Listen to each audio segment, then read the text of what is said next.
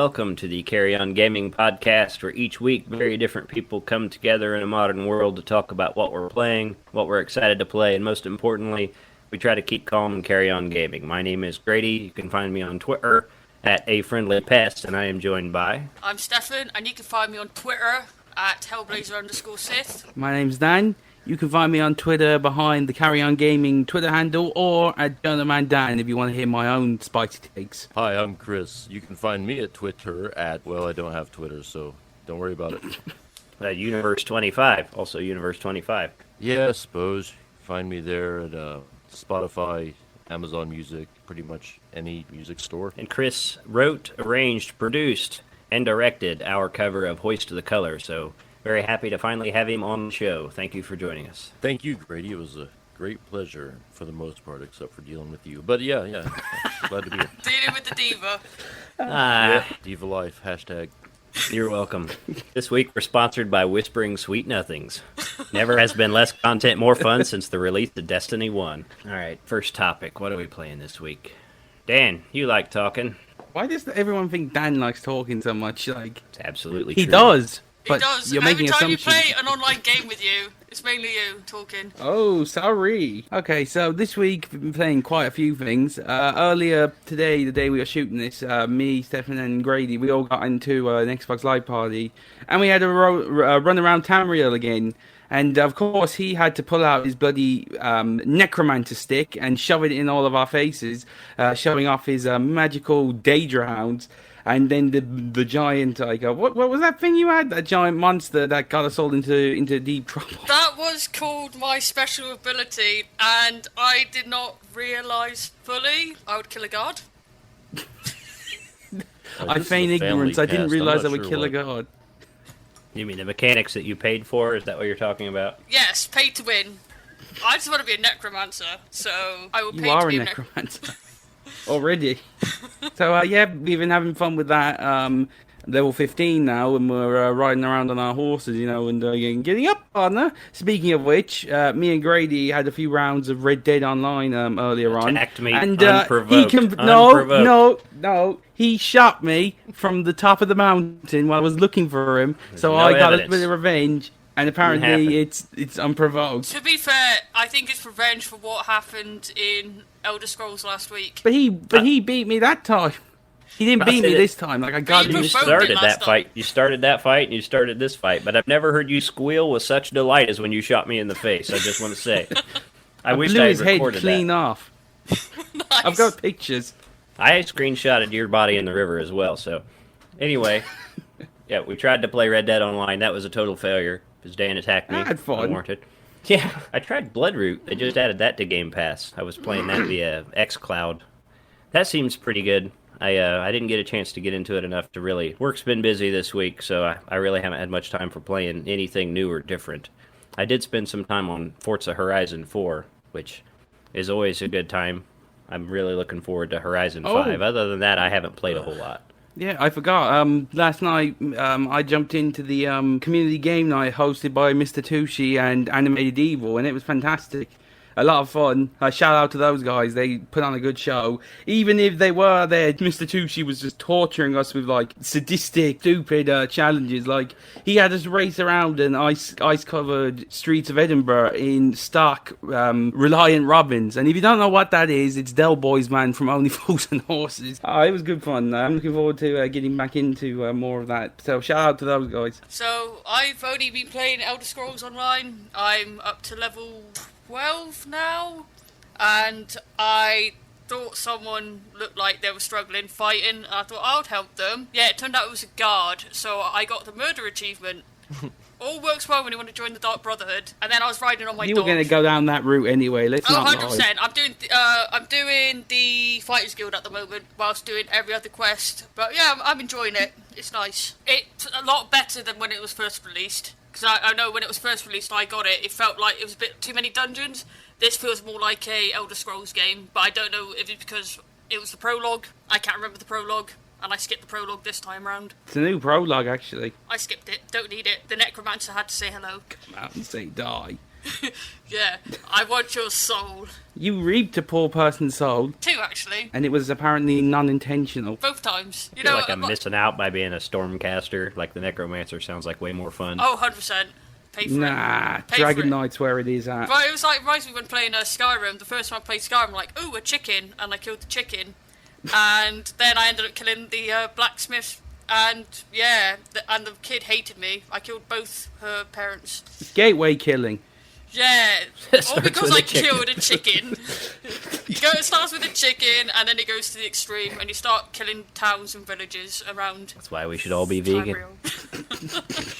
Or Chris, you been cannibalism. playing anything?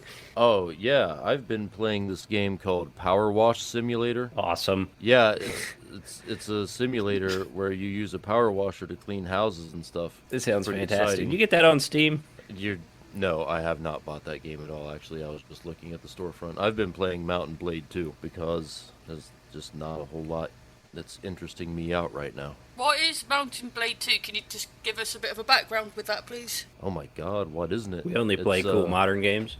Well, it's like What's that? it's a bit like Chivalry, isn't it? I mean, you can play it online, but I typically play single player. It's open world, open. I mean, you start out with next to nothing, build up an army, and you can eventually become king if you're good enough. Right now, I'm just a mercenary following around another army and taking over cities. Actually sounds Child, pretty good. the Necromancer will come and try to usurp your throne. Oh my! There will be a mod, I'm sure. Then maybe Steph will want to play. Maybe. Yeah, it's a good time. You can crap out of people and should check it out. Really. That's all you want, isn't it, in life? To beat the crap out of people. Pretty much, yeah. I mean, what else is there? Well, the people I want to beat the crap out of are too far away. There's an ocean away. So sorry Well, to I'm disappoint. grateful for that every day, by the way. Sucks for you.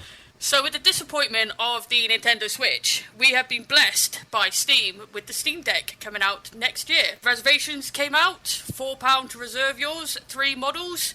So myself and Dan have pre-ordered.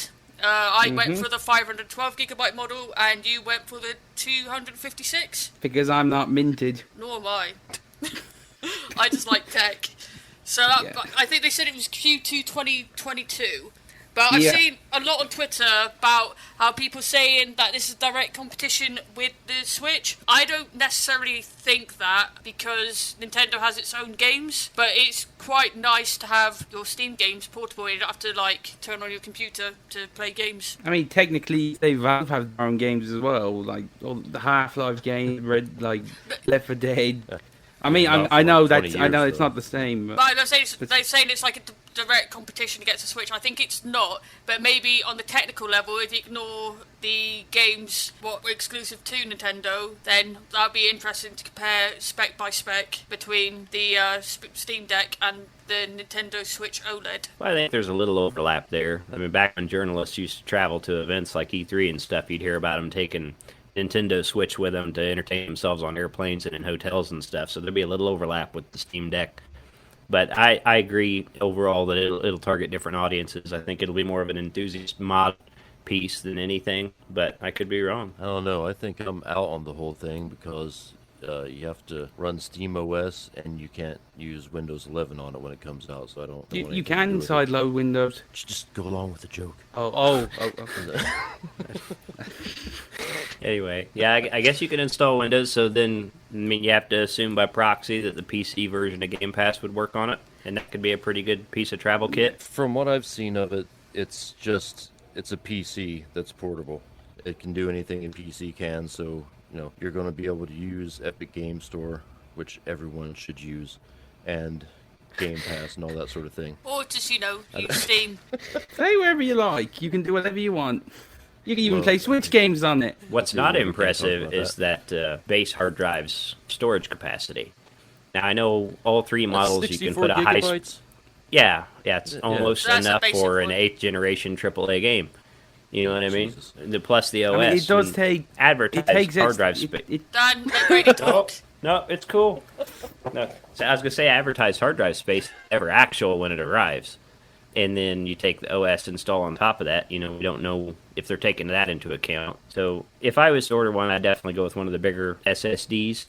But then all three models also you can put a high-speed micro SD chip in them. Those are pretty cheap, but I don't know how the speed would compare. I don't know what performance you'd expect. I don't suppose it would matter as much because you're going to be running the PC version of the games anyway. Have they released PC games that require SDs, or are they just recommended at this point? I don't even think they're recommended at this point. I mean, I got an SSD and I got a hard drive, but my SSD is about 6-7 years old. So I only put my Windows installer on there, and I run from a hard drive. I've yet to come across a game I can't play, apart from Flight Simulator, which takes a while to boot up. So I don't think yet. First time I played Flight Simulator, it seemed like a year before it finally started. Yeah, I think it was about 30 minutes. That game, Star Citizen, that game will not play off a hard drive. But that game knows when that's coming out. That game will be out before Flight Simulator starts on my computer.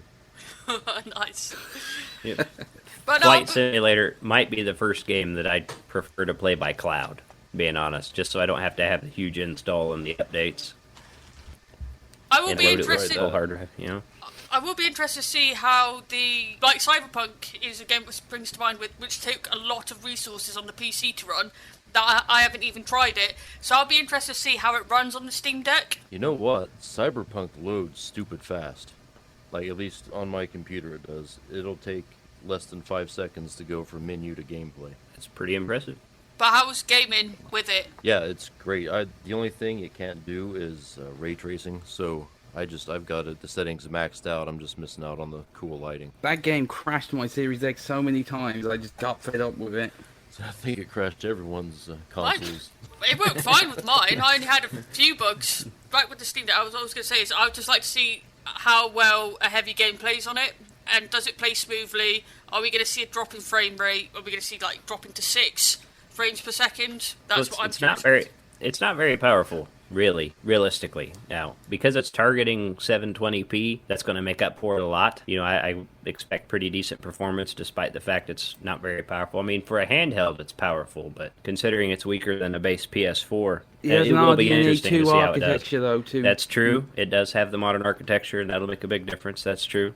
It'll be interesting to see how well it does. I'm not sure how it compares to the Switch number for number, but then PC builds are usually not as optimized per se as console builds, so I don't know. Kind of watch and see thing. I'm not going to pre-order one right now, but I don't use my computer anyway, not to game on, and I've got a half decent computer, so I'm not excited about the thing. But I also, when I go somewhere, I'm not in a position to waste time playing on a handheld console, so I'm not the target audience. I don't really have a strong opinion on it. I can just see the potential for when I'm on the train going somewhere or I'm on the bus or something, just to whip it out, and just have a game of I don't know, Jedi Fallen Order or something. For God's sake. Oh. Jedi Fallen Order. Or, a man like Stefan would love to be able to play the Old Republic on the go. You can do that with it. Well, Old Republic's out on the mobile, so... Really? Is it? No, I mean the MMO, not the... Oh, right, the MMO. I would need an installer for that, but that'd be really nice, so I don't have to sit in a boiling hot room playing Tor. Yeah, and it just opens it up, like we said in our last episode, it makes it a lot more accessible for people. Even people who could maybe don't have the room for a console or the setup for it, they can just pull this thing out and away you go. I'll be interested to see battery life, because my main complaint with the Switch is the battery life. So I'll be intrigued to see how well it runs. They're saying about 2 to 8 hours. Yeah, but 8. But Nintendo said theirs was 1 to 4 hours, so... I mean... So we're looking about 4 hours, really. Probably 8 hours if you just leave it sitting there turned on and you're not really doing anything with it. Don't use it. The display's turned down, so it's bright as setting. Technically, it's working for 8 hours. It's cool. I'm glad they're making it. I think the mod community is going to have a blast with it. I've got a friend that used to mod his Vita and play all kinds of stuff. He's going to love it. It's absolutely for him, and he'll be very excited and enjoy it a lot. So I'm glad they're making it. I'm looking forward to someone ripping it apart and then talking specs. That'd be nice. What I don't like is when you take elements, so say XP grinding and level gating, and you put it into a game that otherwise it completely slows down the experience and it nerfs it, in my opinion. And a big example of that for me is Assassin's Creed Odyssey, the game that literally nearly destroyed my love of gaming and made me nearly hate the Assassin's Creed franchise. And I love Assassin's Creed. So it's not just like it's not just Odyssey though. It's a lot of Ubisoft are a big card for me. Like it's Far Cry, Assassin's Creed now has it. A lot of their games, like the recent one, what was it? Immortals Phoenix Rising, that was littered with it as well. And I just find it slows down the experience. It makes it really hard to get invested. Like I just want, to explore the world. I want to learn about the Assassins and the Templars. And you're front loading me with, you must go to this side of the map and collect all of these coins. And then you must go over here and grab all these crystals. And then you must go here and get all of these digital tokens or something. It's just really annoying and really slows down the experience for me. And destroys the game for me in a lot of cases. And frankly, like they did fix a lot of that in Valhalla, and I really enjoyed Valhalla. But my point still stands: they destroyed Odyssey for me. They destroyed a lot of other games for me as well, when they're not used properly. And that's my stand on it. It does really gatekeep you from being able to go to different areas, and it, in my opinion, is immersion breaking. And it'll require you to get enough XP to go to the next zone that you have to do quests both for the Spartans and for their enemies.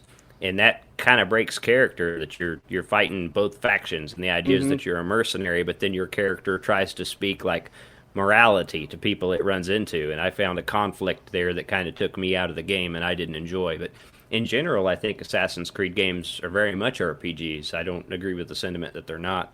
Yet I thought Odyssey was intentionally obtuse because they were trying to sell that XP booster that you could buy in their store. And that's probably your biggest offender, yeah, Dan. I'll tell you another thing though. Like, okay, I guess I can't really argue that Assassin's Creed games aren't like purely role-playing games, because you are playing the role of the assassin. But I think for me, like Assassin's Creed games have always been so fantastic because they're so character-driven, and they're focused on one character. Like a very strong lead character, and then you get a very strong villain character as well, and you get to follow them through, important events in their life. And Odyssey basically went down the line of choose your own adventure, choose what path your character takes, and basically it led to Cassandra and Alexios. They're not real characters in my opinion. They're just placeholders for the player, which is fine in a game. I guess if you a big game that hyped that up, which did underperform, was Cyberpunk 2077, and that's fine if you set that expectation from the get go. But in a game that's meant to be, a series that's meant to be really strongly character driven, I didn't like the way they took the story as well, down that RPG route. I much prefer it when it's like Ezio or Bayek or Edward or the latest one, Eivor. I prefer it to be very character focused. I don't want to be making the decisions. I want to watch it unfold, and I want to see the drama unfold. Now, Assassin's Creed Origins with Bayek, that had the RPG elements that was also in Odyssey, correct?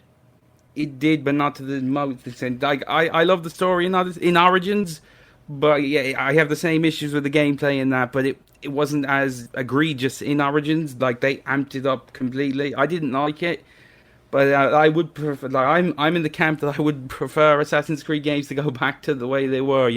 Action adventure parkour games. But that's not going to happen. Like that's never going to happen now. And I don't disagree. I don't dislike RPG elements. I like a feeling of progression and skills and character development. But I don't like if you take Cassandra off the island and you run into a farmer on a different island, and despite the fact that she's a badass where she came from and everybody is afraid of her, and a simple peasant will rock you. You know what I mean? And I found that kind of immersion breaking. Just a level 50 peasant just wrecks the Mystios, the epic character, and I didn't like it. It's like the Dead Island effect. At level 1, a broken stick is effective against a level 1 zombie. And at level 20, you've got an electric machete that's just as effective against the level 20 zombie as your level 1 stick was against the level 1 zombie, and I don't find that adds anything to the game. And a lot of it is just the way Ubisoft have gone recent years. Like, all their games are designed, they're not designed to be, like straightforward, adventure games, like big story games that they used to be. Now it's all about milking the pennies dry. Oh, how can we get our players to pay for more? Oh, if we make this so grindy that it's inaccessible, they'll have to buy our XP boost. And there's a lot that could be said about modern Ubisoft. That's a topic for another time. Dan, you'll love what they're doing with the next Assassin's Creed. I know, and I'm Can you holding back say the live rage. service? Hell yeah. Jesus It's gonna be Christ. good. No, That's exactly please, what no I one. wanted from Assassin's Creed 'Cause game. Please, no one buy that game, because if that succeeds, it'll be the end of AAA single player games as we know it. Because Oh, what it's I want unfair. is You Assassin's don't Creed Fortnite. How dare you? How dare you? Oh, You don't know what it's going to be yet. It could be good. Maybe they're going to use it as a platform to roll it content out can't. on. It Yeah, might. it's Ubisoft. It's Ubisoft. I don't See? trust. Oh, come on. Yeah, everybody talks so much shit about EA and Ubisoft, but everybody buys their games. Well, yeah, because we all have hope, but the hope is nearly gone. I agree that like RPG mechanics should be in RPGs, and I enjoy them when I'm going in for that experience, like to play Skyrim. I just don't like them in my action adventure games. That's And not I true. agree that you're You wrong. do though. You do enjoy them in action adventure games. You just don't like it if they. If they- there's a paywall or a element where you need to grind to get to a certain experience, because I'm taking it with Assassin's Creed Odyssey, you have to be a certain level. You can't just go off exploring and learn the lesson the hard way. Why you haven't leveled You up. know you can But I do that, think- but you're going to get your But I ass think kicked. the way Ubisoft has done it is you need to pay for an XP booster, otherwise you're going to have to grind. And I think if a game yeah. does that, then that's 100% wrong. So you don't have an issue with the RPG element. Your issue is with having to pay more money just to get an XP booster to get there, because the freeway is grinding. Is that correct? I guess like if you see, I don't want to have to grind anyway, but I just want to go through the story. I don't want to have to do any extra stuff. If I want to do the story, I should be able to. Because a lot of RPGs, Star Wars: The Old Republic, for example, you have to be a certain level to do certain things. I mean, some people can carry you, but you can buy XP boosters to help along the way, but you also get free ones. So, Yeah, you do. But I don't know if Assassin's Creed allows you to do that. But then, like Dragon Age, for example, how come you didn't enjoy that? I think it was for that game, like I expected that to be a traditional BioWare RPG, along the lines of Mass Effect. I love the original Mass Effect trilogy because that's the perfect combination of world design and RPG mechanics. The world is not that big, But Mass Effect was quite linear. Yeah, but I Wasn't prefer a it that true way. RPG. Like if you I played prefer it that way. You see. even the Old Republic was a bit linear. It kind of pushed you along the story, but then you had a choice with the ending of that. But I think Dragon Age, it was still linear, but it introduced more elements, like what you can do in the biggest MMO at the moment, which is the Old Republic. It felt more like World of Warcraft than Dragon Age to me. But it was a pure RPG. That's what you kind of expect. And you could see the way it was going. If you compared Origins with 2, the fighting style in Dragon Age Origins was more closer to Knights of the Old Republic compared to... And then Dragon Age 2 is where you're getting that more Mass Effect feel. And then Dragon Age Inquisition, it was more of an RPG-heavy game, and it was more popular because I think the fan base who enjoyed the Dragon Age games preferred the heavier element. I got a bit fed up with the whole fetch quest, find this, find that, just to be a completionist. So I modded it to do that for me. Overall, I think it suited the game, and I think Dragon Age 4 is going to head the same way. I guess I've just got Mass Effect 2 is the golden standard for me, and I hold a lot of games up to that game. So and you like enjoying just watching it like a movie? Yeah, And just I immerse do like yourself making in choices, but I want there to be a strong narrative that can be followed. I don't want it to be a weak narrative that splits off 50 different Inquisition ways. was a very strong narrative. I enjoyed the story. When I It was the played gameplay I had to. When I was playing it, do you know the bit where you fight what's his face at the first place? I thought, is that it? Peripheus? Yeah, I was like, is that it? Like, is that the whole Yeah, game? And then it kind of that expanded. I felt was like an ending. Yes. And expanded. I was quite happy with that. But I mean, personally, I prefer heavier RPG elements. The bit where I find it's too far is when you're playing something like Call of Duty, and it's like have customizable skins. Yeah, okay. I think it's just that. Yeah, It's beautiful when I want come to. together and I want to understand the distinction. When you made the comment that Cassandra and Alexios didn't feel like real characters because your decisions in the game affected the outcome of the story, But that happens in Mass Effect also, and I want to know the distinction. And the one I can bring to you, Dan, straight from memory, the genophage, curing the genophage Yeah. or not. The decision Mass Effect 2, when it comes to your crew and the suicide mission, where they can die and they will not come through to Mass Effect 3. Yeah. So all your decisions from Mass Effect 1, 2, and then 3. So what's the difference? And then all those decisions are thrown right out the window when it comes time to end the series. We don't know about the ending, it's fine. Red, the green, ending's, the ending's not canon. The difference is, I went into Mass Effect knowing that was going what I was getting, like what I was setting myself up for. That it was a three-part story, and that there are decisions that affect the outcome. But at the same time, like the story goes somewhere. It always ends up in the same place. It just it's the way that it gets there that varies.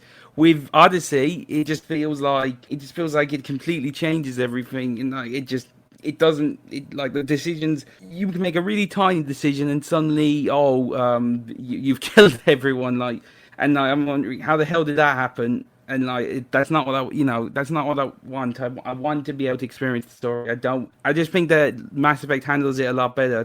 And I don't want that in my Assassin's Creed game. It's a lot of it is expectations. I don't know. I'm struggling with it. But you were, I think, happier with the available outcomes in Mass Effect than you were with the available outcomes in Assassin's Creed Odyssey. Is kind of what I hear there. I don't like when a game has different potential outcomes, and I don't really know what I should do to get to where I want to be.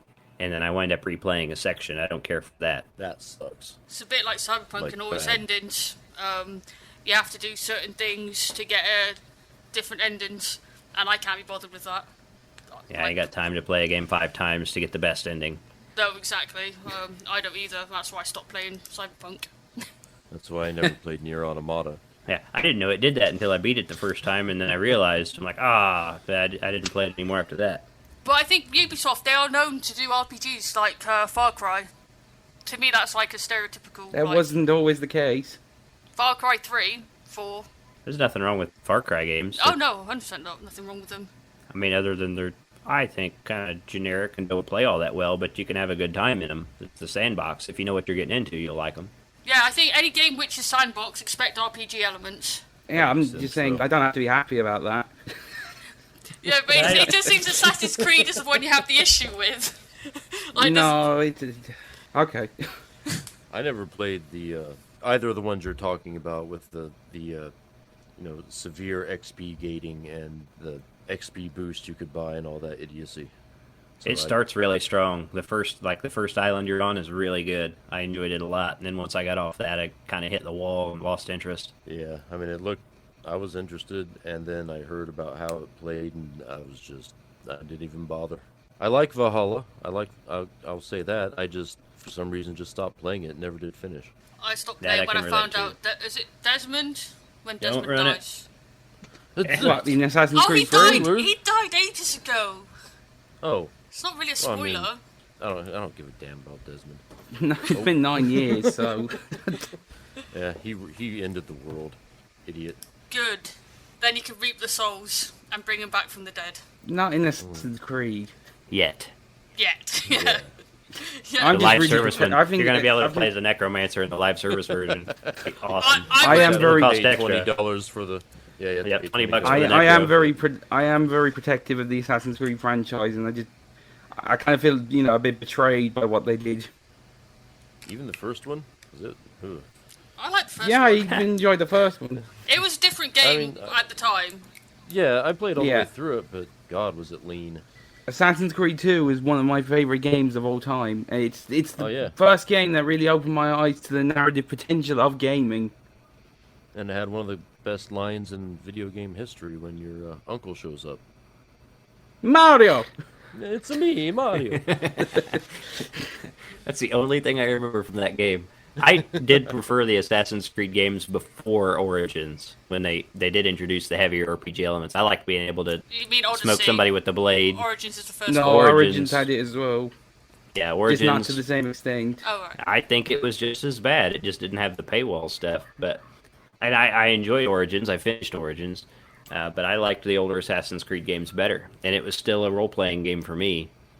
Thanks for listening to the podcast this week. You have anything you'd like to say to carry us out, Daniel. Gosh. Thanks for listening this week, guys. We hope we gave you something entertaining to listen to anyway. Follow us on Twitter and Facebook to keep up with the latest updates on the podcast. And remember, no matter what, just carry on gaming. See you next week, guys. Bye. Bye. Hey, it's been fun.